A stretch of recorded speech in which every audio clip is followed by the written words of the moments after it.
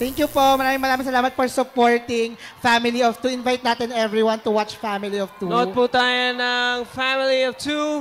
God bless everybody. Thank you. And of course, the primetime king is here, Coco Martin. Hi, Kuya Coco. Yes. Kuya, konting chika lang. Kuya Coco, imbitahan naman po natin at mag-hello tayo sa ating mga kapamilyang nandito na panoorin ang Family of Two. Yun, good evening po sa inyong lahat. At maraming salamat po sa lahat ng dumalo dito para suportahan po natin. Siyempre po, ang nag-iisang megastar. At siyempre po, ang aking kaibigan at kapatid na si Alden. Sana po, panoorin po natin ang lahat ng mga pelikula sa Metro Manila Film Festival. I love you. Thank you so much, Kuya. Nice seeing you here. Maraming salamat. Welcome back, mga kaaldab. Ito na naman po ang inyong lingkod, si Mr. Destiny. At magbibigay po tayo ng pinakamainit na update po ngayon sa social media. Kanina po si Direk Joey Lamangan at ang pamilya ni Richard Polkerson. Ganito po ang full support, di po ba? Ganito po talaga yung masasabi natin na pinapakita. Di po. Sabi ko nga po sa inyo dito po sa channel ni Mr. Destiny. 101% updated po kayo. Ano man po yung mga nababasa ninyo, napapakinggan po ninyo, okay lang po yan. Di po ba? Sabi ko nga po sa inyo, relax lang eh. Di po ba? Kalmado lang, maging kampante. Depende po kasi to mga kaaldab sa mga opinion at reaksyon ng mga netizen. Ako, masaya po ako, lalo na nga po kapag ang pinag-uusapan natin ang real life couple. Di po ba? Kaya nga po ako nagbibigay ng mga update para lang po klaro. Para lang po sa kaalaman ng lahat. Di po ba? Gaya nga po ng sinabi natin patungkol nga po kay Miles Ocampo na alam niya po talaga eh. Di po ba? Alam po talaga ni Miles yung mga kaganapan na hindi niya gagawin yan dahil kilala niya nga po si Maine Mendoza. Kaya nga po yung iba nagtatanong sa atin, oo nga Mr. Destiny, no? Bakit kaya si Miles Ocampo lang ang hindi na ililink kay Alden Richards? Wala siyang issue, tahimik lang siya natapos yung pelikula. Di po ba? Samantalang si Heaven Paraleo, unang bungad pa lang, may issue na agad, di po ba? May porket nagbigay si Alden Richards ng bulaklak, pinuntaan sa birthday party.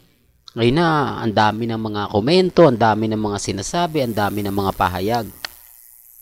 Di po ba? Real talk mga kaaldab. Kaya nga po ako kampante lang eh. Kaya nga po ako masaya. Lalo na nga po kapag ang pinag-uusapan natin ang real life couple. Di po, sinasabi ko lang po ito para lang po klaro. Para lang po sa mga taong bumibisita at dumadaan sa channel natin. Relax lang po kayo. Di po ba? Sabi ko nga sa mga nagsasabi ng fake news ako, sa mga nagsasabi ng ganito, ganyan. Ano lang kayo, yung kampante.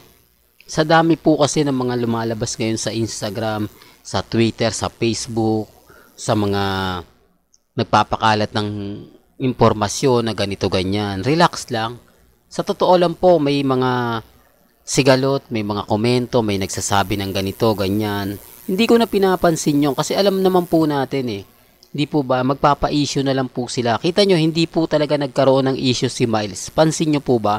Si Miles lang po talaga ang bukod tangi na lady ni Alden Richards na hindi talaga sabihin na natin na hindi siya nag-trending, hindi siya nag-viral. Pero kung titignan nyo wala na po siyang karelasyon. Pwede niyang gamitin yan para magkaroon ng karir. Ibig kong sabihin na ano to yung nasa dulo ng dila natin, yung promotion ba na pag-usapan ka.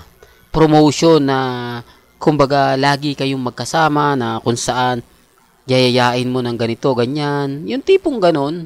Di po ba? Alam niyo kung bakit. Kasi nga po mga kaaldab, ang laki ng respeto ni Miles Ocampo kay Maine Mendoza. Kaya ko lang sinasabi to dahil nga po yung iba nagtataka, ano nga po ba yung role ni Miles Ocampo? Parang maiksi lang yung ano niya, ganito, ganyan. Isa rin po siya sa magiging supporting actress. Di po ba?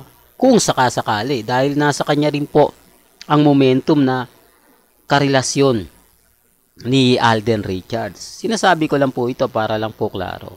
Sinasabi ko lang po ito para din po sa mga taong dumadaan at bumibisita sa channel natin. Di po ba? Alam nyo naman po pagdating sa mga bagay na ganyan, hindi po tayo magpapahuli at never naman po tayong magpapaapekto. Kaya relax lang po kayo. Ako nga po kampante. Alam ko na may mga bagay-bagay nga po na mahirap ipaliwanag. Mahirap kumbaga sabihin ganito, sabihin ganyan. Ibig sabihin lang po talaga niya, malaki talaga respeto ni Miles. Pasensya na po kung paulit-ulit yung sinasabi. Yun po kasi yung totoo. Para po sa mga nambabas sa akin, nagre-react sa akin, na keso ganito, keso ganon, paasa ka talaga, Mr. Destiny. Okay lang naman po yun. Alam ko naman po yung pag pinag-uusapan eh. Eto, hindi naman nila na konektado yan, lalo na po sa mga website. Oh, tayo pa rin po yung matatag, tayo pa rin yung kampante. Tayo pa rin po ang bida. At syempre, tayo pa rin po pinag-uusapan.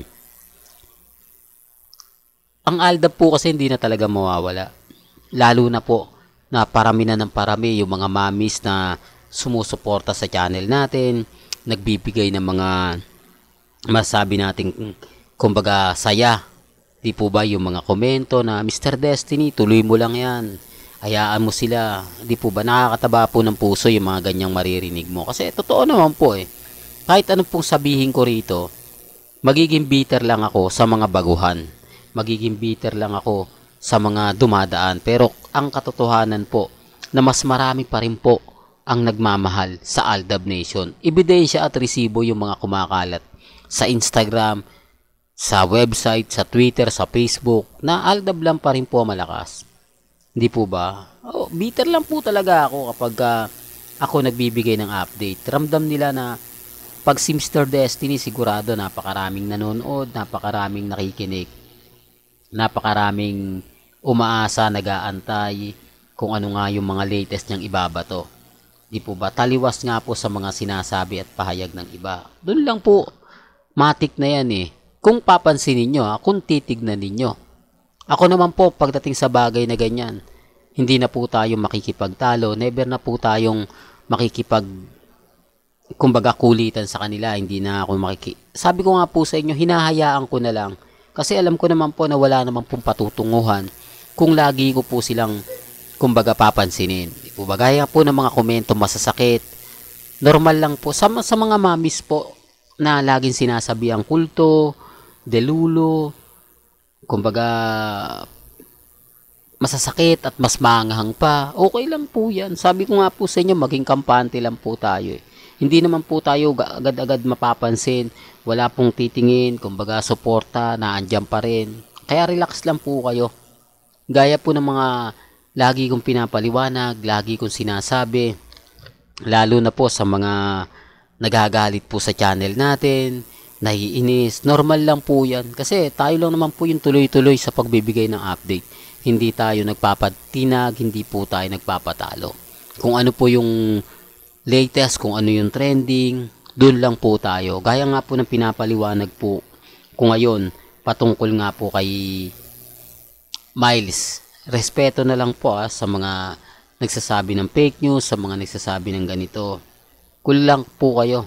Kasi ako naman po, hindi naman po ako nagpapatinag eh. Hindi naman po ako nagpapatalo sa mga nagsasabi ng ganito, nagsasabi ng ganyan. Ang importante lang naman po sa akin, kung ano lang naman po yung latest, kung ano po yung trending, kung ano po yung mga kaganapan. Ang importante lang.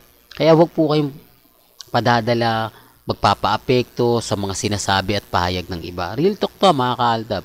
Kaya nga po ako matatag kampante. Kasi alam ko po, nasa atin pa rin po momentum. Kakampi pa rin po natin ang social media. Umaayon pa rin po sa atin ang panahon. Di po ba? Dahil sabi ko nga po sa inyo, walang update si Mengay. Eat Bulaga, tapos uwi na. Di po ba? Doon pala mapapansin nyo na parang may mali. Hindi na siya katulad ng dati.